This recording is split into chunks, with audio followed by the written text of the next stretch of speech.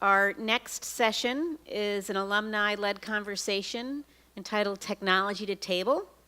In this session, a fellow CSV Advisor John Balen will lead a conversation with Chef Michael Mina, sharing insights into his empire of culinary establishments and the role that technology plays.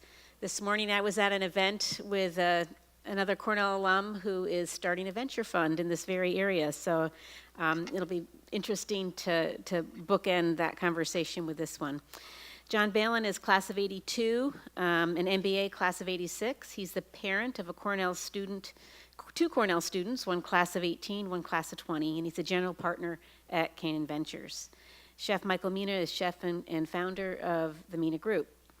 John is thankful to Cornell for truly embracing and abiding by our motto, I would found an institution where any person can find instruction in any study, and fondly recalls the epic Cornell-Harvard hockey games. When not working, Chef Mina spends time with his family at their home. He enjoys morning coffee and long walks with his wife Diane, and he enjoys spirited basketball games with his two sons. He loves movies, but not horror movies. They're too scary. Please join me in welcoming Chef Mina and John Balen.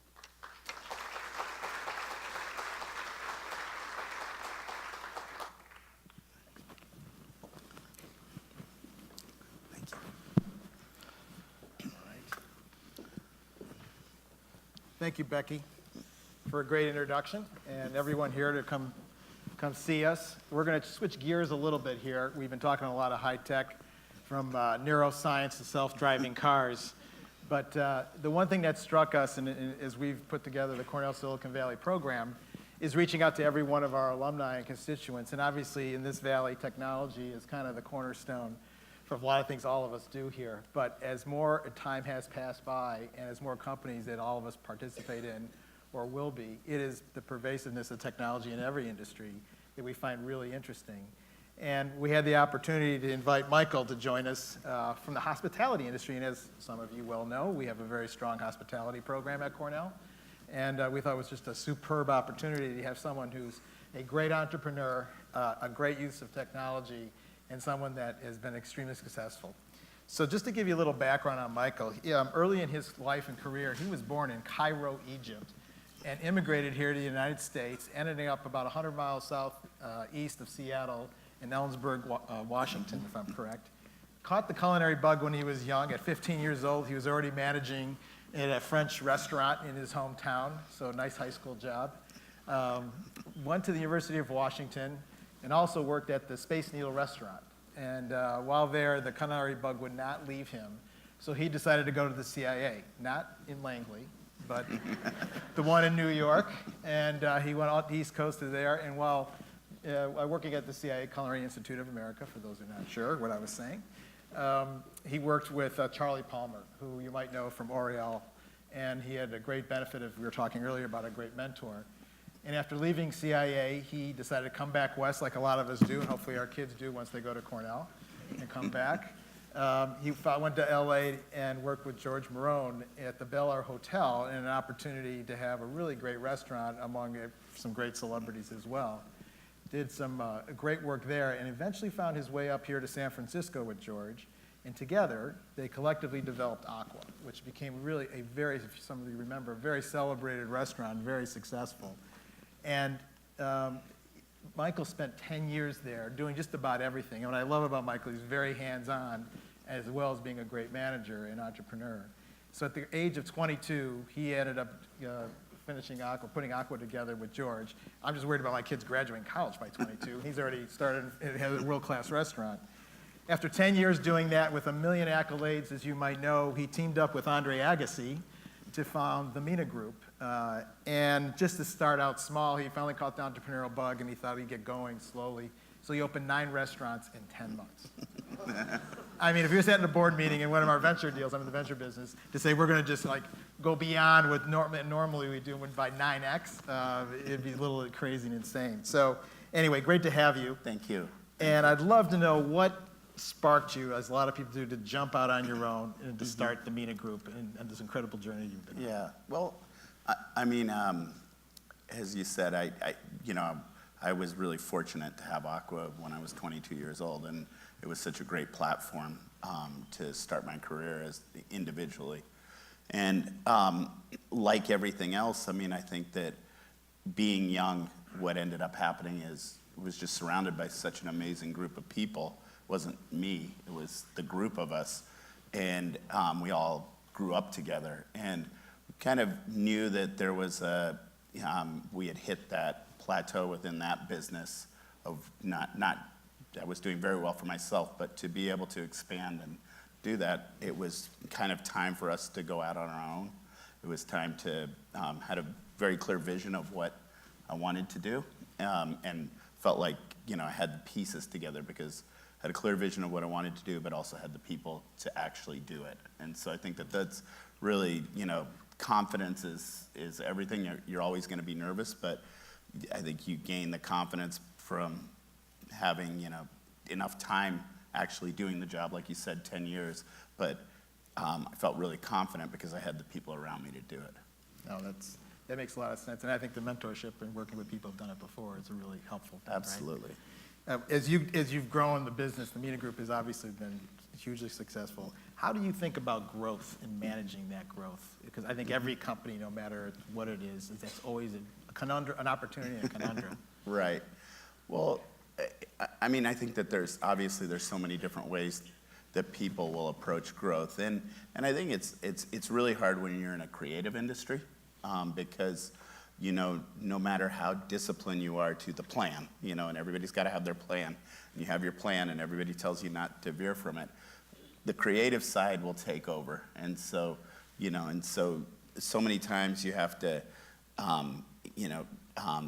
have a really solid plan, and then be able to balance.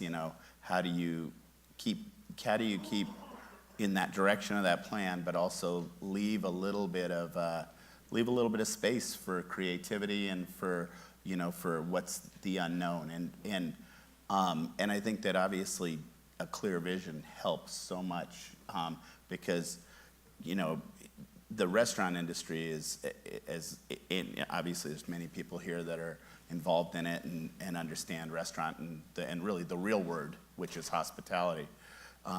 You're dealing with you're dealing with obviously so many individuals and so many people, and that are going to have a big effect on what the outcome is of anybody's experience within your restaurant. And so if you don't have the right mechanisms in place to get people, the key people within that business, to be able to run it, and that would be individual restaurants, then you got to be very careful on your growth. You have to be extremely careful to not grow too fast, and you're going to find that balance. There's sometimes you are going to grow a little bit fast, and you're going to have to go back and throw a lot at a restaurant to be able to keep whatever your standards are. Well, I'll get into that. One of the things that I noticed that you did, and we talked a while back, was the use of technology in your business. And I was dumbfounded that very early on, when this industry, way back when the internet first got going, we got involved in some startups that were trying to serve the hospitality industry by leaders who sort of saw the advantage of this technology, whether it be in food service ordering, supplies and control, just the use of the technology. Unfortunately, at the time, there was hardly an internet, still wasn't as pervasive as we are today. Everyone runs around here with a phone or Wi-Fi and they can't figure out if it doesn't work, they get upset. Not that long ago, you couldn't get it very easily anywhere, let alone in a business. Now we seem it's crazy if there isn't one somewhere, right? That's right. One of the things that you had done, and I don't think a lot of people know this about Michael, but you were one of the first people to get involved with OpenTable when they first got started. How did you get involved in that, and how did all that come about, and what did you do? Honestly, Aqua was a restaurant that was, was usually almost always sold out, and it was a hard restaurant to try to always maximize and maneuver the books. And so when OpenTable was starting, I was approached by them early on, and they wanted to understand how we set up our books and what our philosophy was, and so we really turned over our reservation sheets to them, and us and I think a handful of other restaurateurs, chefs, and started to look at how is that going to help you? How's that going to help you in obviously many different ways, but how's it going to help you maximize the amount of covers and people that come through your restaurant every day, and then how do you really use it to help you to engage with your guests better, and how do you get the information that's going to help you, know your guests better. As you've been using OpenTable, I mean, it seems so obvious now to have all these tools, but back then Sure. it was not obvious. And most restaurants didn't even have a CRM, as we might know here, Right. of any kind. Was there a push and pull, or did you realize kind of what you were giving away to them and what you would get back in return, so there was a balance to this offering? I mean, I think that there's definitely a balance to it, especially that early on. It's not like now where you could have, now where if you want to build something, there's, thousands of people that can help you build something that's customized for you, for your individual restaurant. At that time, there just was really nothing else out there like it. And so I think that the trade-off was, has been great, because it's, you see what kind of an impact it's made in our industry. I mean, Yeah. probably, I think now we're at probably, 70% of, your reservations, people are just going to OpenTable. They're not even calling reservation. The traditional call for a reservation doesn't exist anymore. Right, it's almost a secondary thing. And it's not unlike what we're seeing in travel and other industries, as everyone's getting more used to it. As we call it, kind of the bell curve of the consumer use case is getting such of the case, like, why isn't it there?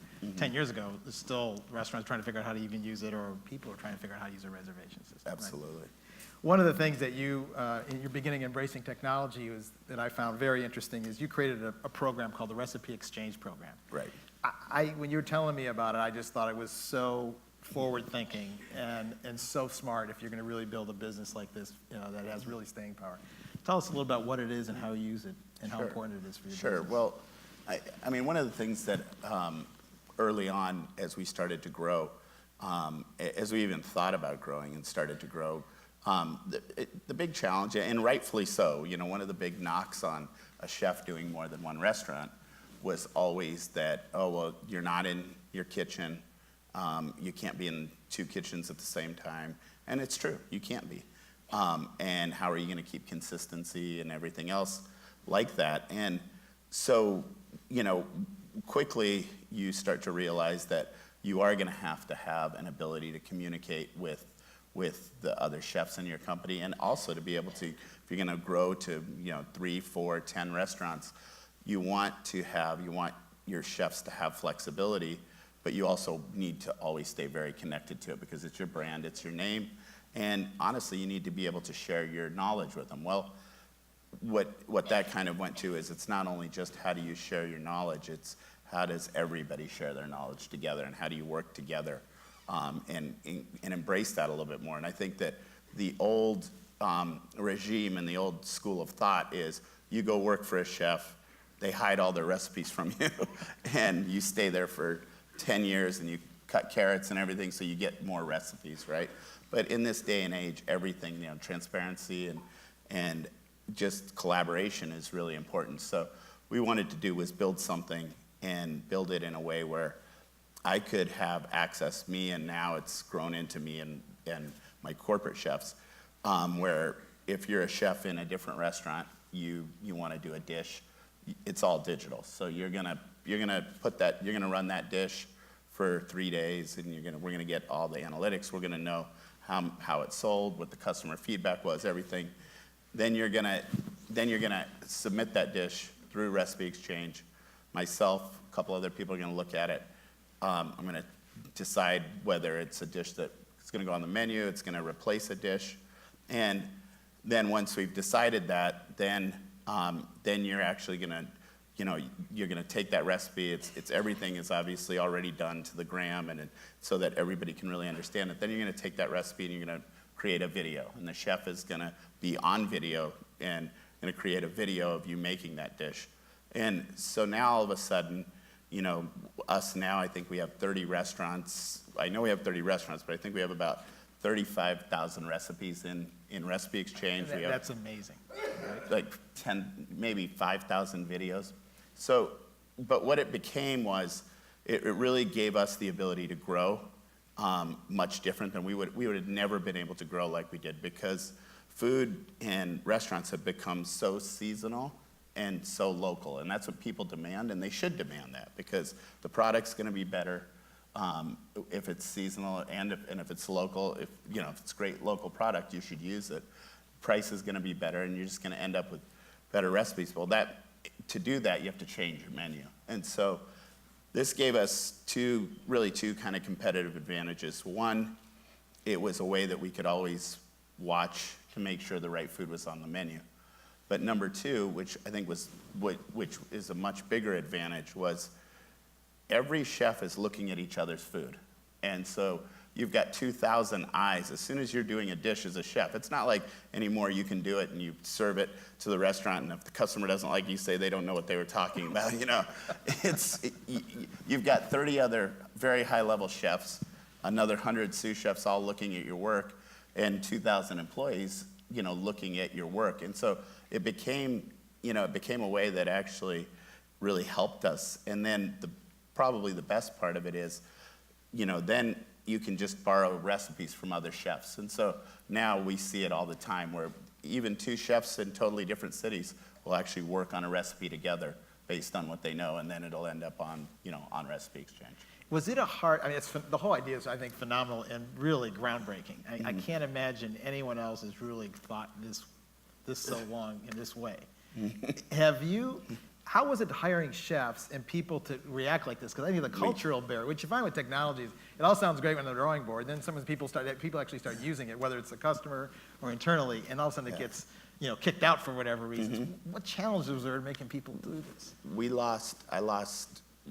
When we really implemented it and said, no more, you're either doing it or you're not, and if you're not, you're not part of this group, right? We probably had, at that time, 12 restaurants, and I think I lost 5 chefs. Wow. And I think I lost 3 general managers. But it was interesting, because the same chefs that wouldn't do it, that couldn't keep a really tight recipe exchange, were the same chefs that couldn't keep a really tight kitchen. And it was amazing. And honestly, it was really hard because obviously whenever you're creating something, there's bugs in it. And so every time that there's a bug, everybody says it doesn't work, right? So once we got through that, and got past that point, now there isn't a restaurant really that can function without it.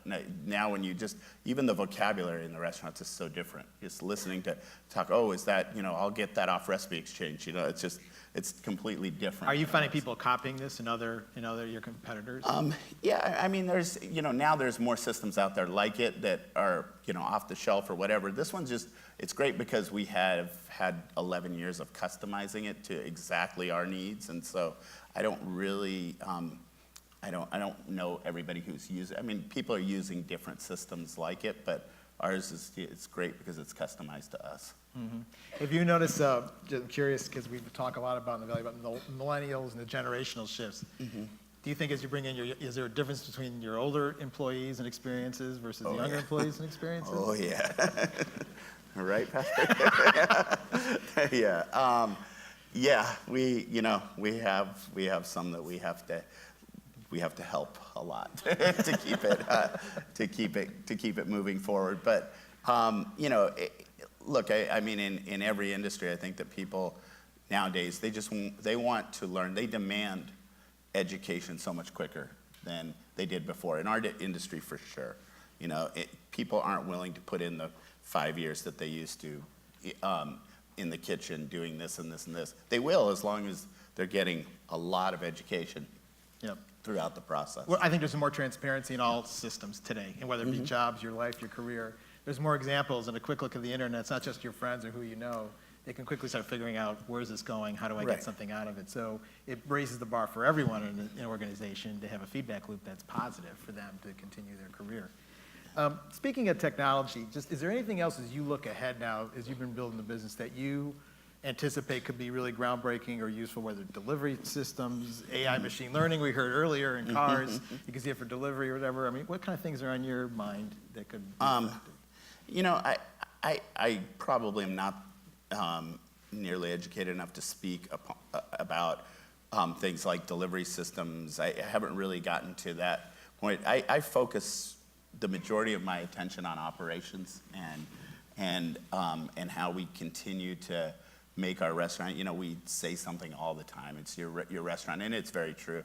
Your restaurant is always going to be better or worse than it was the day before, inevitably, no matter what. I just saw a lot of there's human interaction, and so we kind of have taken an approach like with technology that we're looking at it in kind of three areas. So we look at recipe exchange as really education. You know, this is how we're educating our staff. This is where everything to do with education is right there. The next one that we're really focused on right now, which we're actually calling talent exchange, is putting the same philosophies behind career pathing for people in the restaurant business and in our industry, and especially in our restaurants, because we know that, there's the chef and the general manager of a restaurant are like the mother and father, right? Yeah. And so they need to be, to have a great restaurant, you need a great chef and a great general manager. So now it's more about, we've kind of have grown into a way where we want to do this, and we are doing it now digitally, so that we can really, give people, not just the put your arm around somebody and tell them how great they're doing and you're gonna, you're somebody that's gonna grow. We're looking at the steps to taking a, whether it's a front of house person or a kitchen person, from a line cook to a sous chef, and then from a sous chef to a chef. Same thing in the front of the house, and just focusing on that really digitally and really career pathing for people. And I think there's plenty of programs out there like that, but not really one that's tailored to the restaurant. Do you focus on turnover and reducing turnover? All of that, yeah, looking at all of that. And so that's what we're putting a lot of energy into that. And then obviously the last one is your guests. And so it's CRM, it's all of the data that you can collect, it's your loyalty programs and all those things. And to me, those are the three areas of technology that they all go hand in hand. Because I think that career pathing somebody, if you don't have the recipe exchange, and in recipe exchange we put like all of our standard operating procedures. They all live there. And so really, if a restaurant is not really compliant with those, you need them to be, you need that to work first before you start building people. Yep. You don't want to be building somebody with procedures that are incorrect. And so doing that digitally is actually it's a much better way to track it. Right. I just see, there's one question flashing here. What is a big problem, we're kind of addressing this, what is a big problem tech innovation can solve in the hospitality industry today? Mm-hmm. It sounds like you're approaching that from your angle. Well, I think that, I still don't think that anybody has really cracked like the guest to really know everything about your guests as much as you can. I mean, I think there's a lot of different technology out there, but I think it's getting it to where it really works for a restaurant has still been a little bit hard. We still don't,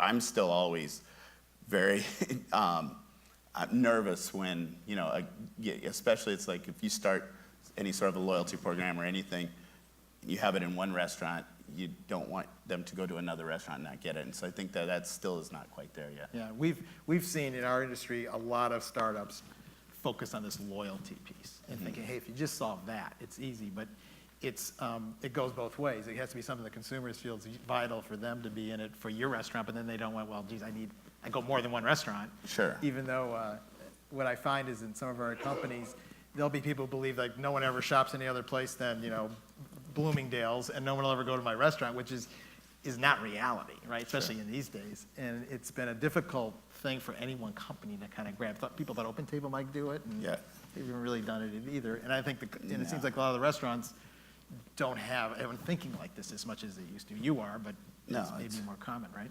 Yeah. Just speaking about innovation, this kind of leads to that. You fostered so much in your business. Talk about one of the things you're doing right now that's kind of new. You have PopUp Stores, a couple of their initiatives you're operating with, one in Hawaii potentially and down in LA. Mm-hmm. What's that all about? The startup? Well, we have the test kitchen here in San Francisco, and this is something that what we really wanted to do was as a chef, you want a test kitchen. You want a place where you and your 5 buddies can go and make dishes and high-five each other and tell each other how great the dishes are, right? But that's not really a test kitchen, For what we like to do, we like to create concepts, and that's a big part of our business model is we partner with hotels, we partner with casinos. We need to give them something unique. And so we're constantly looking at creating concepts, and that's the most enjoyable part to me. And so, we really started this test kitchen where we said, okay, we're going to build, we bought this little restaurant, and it's got about 30, 40 seats, and we said, from now on, when we do a concept, we're going to test it out. And so the first one we did was called Mediterranean, and I knew that I wanted to do a Middle Eastern Mediterranean concept. That's something that I want to do, that concept. And so in the test kitchen, we just give it a really direct name so you know what it is. And then we sell tickets to it, and we discount it, and you come, and we do about 8 to 10 dishes at a time. Everybody gets you get to taste all the dishes. We do it somewhat in a tasting menu format, but some are shared, some are individual. And then we get real feedback, and we get to try out everything, the marketing and everything else. And then 3 months later, so every 3 weeks, we'll change the menu. So we end up with about 30, 40 dishes that we've tried out. And then 3 months later, we'll change the concept. So Aisha Curry, this is what you did Yeah, with her? that's what I did, yeah. You got a lot of publicity here, obviously. Yeah, that one was quite interesting because that's when you really learn how insignificant your PR is. Aisha put it on Instagram, and we sold out for 3 months in 12 minutes, I think. And so, you quickly learn that, With the Warriors building a stadium here, do you have any plans to do anything with the new stadium? You got to ask them.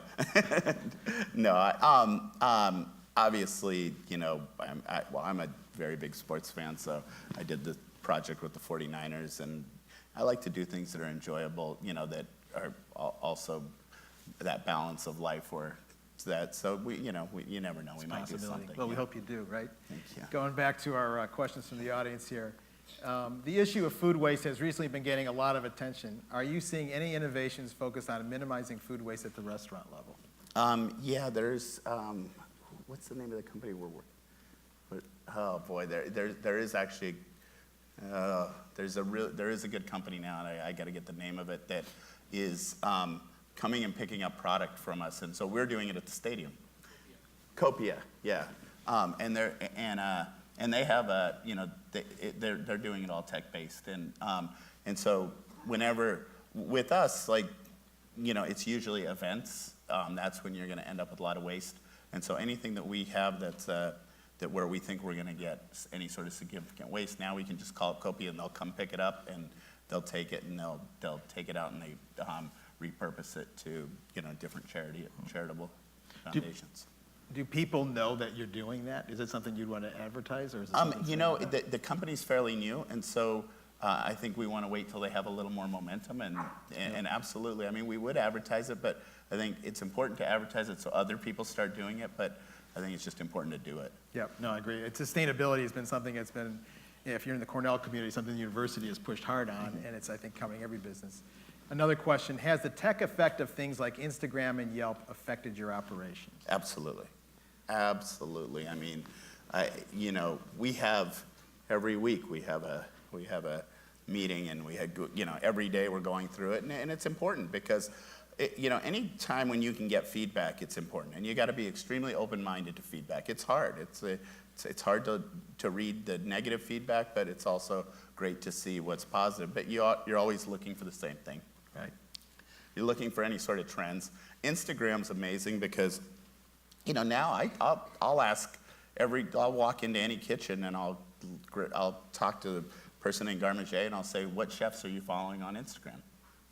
That's like, you can follow great chefs on Instagram, and you get to see all this amazing food. Any young cook should be following 200 amazing chefs at least. Yeah. That's the world everyone's going. I mean, this generation's growing up that way, right? Sure. Way more information, way more you can do. Let's see here. Can you talk about the changing restaurant market of the Bay Area? Seems to be low end or high end, nothing in the middle. Well, I think that it's definitely evolved. It continues to evolve all the time, right? And so we went through a period of time, I think, in the Bay Area now, you see like it became these very small restaurants. It used to be, when I opened Aqua, it was all big restaurants. It was Boulevard, it was Post Rio, it was, Farallon, it was these big showcase restaurants. And then it became really small neighborhood restaurants that, like State Bird Provision became, one of the top restaurants. I think it was, Food and Wine Best Restaurant in the United States. And if you went in there and there's corkboard and everything else, it was a great restaurant. And so it was kind of interesting to see how design went away for a while. I think now it's settling in and it's come back to, even though people are doing small restaurants, there's still design. There's a focus back on design again in restaurants, which I like. I'm glad to see that. But there is a balance of that, and it is, I don't know if I agree with that. I think that there are some really good middle of the road, mid-priced restaurants in San Francisco. I think that we're pretty lucky in San Francisco. There's a little bit of everything here. We've got 30 seconds left. With that, I was going to ask you, if you weren't doing Michael Mina Group and you could do it all over again, what do you think you'd do? In the restaurant business? Any business. Oh, any business? Anything. I would say probably, well, that's a tough question. I'm lucky. I got lucky. I did exactly what I love doing in my life. But, I'm always really intrigued by marketing. I'm always really intrigued by how it works, like how you get into somebody's head. And so maybe something in marketing. Well, thank you so much thank for you. all your time. I think now we have a break. Okay.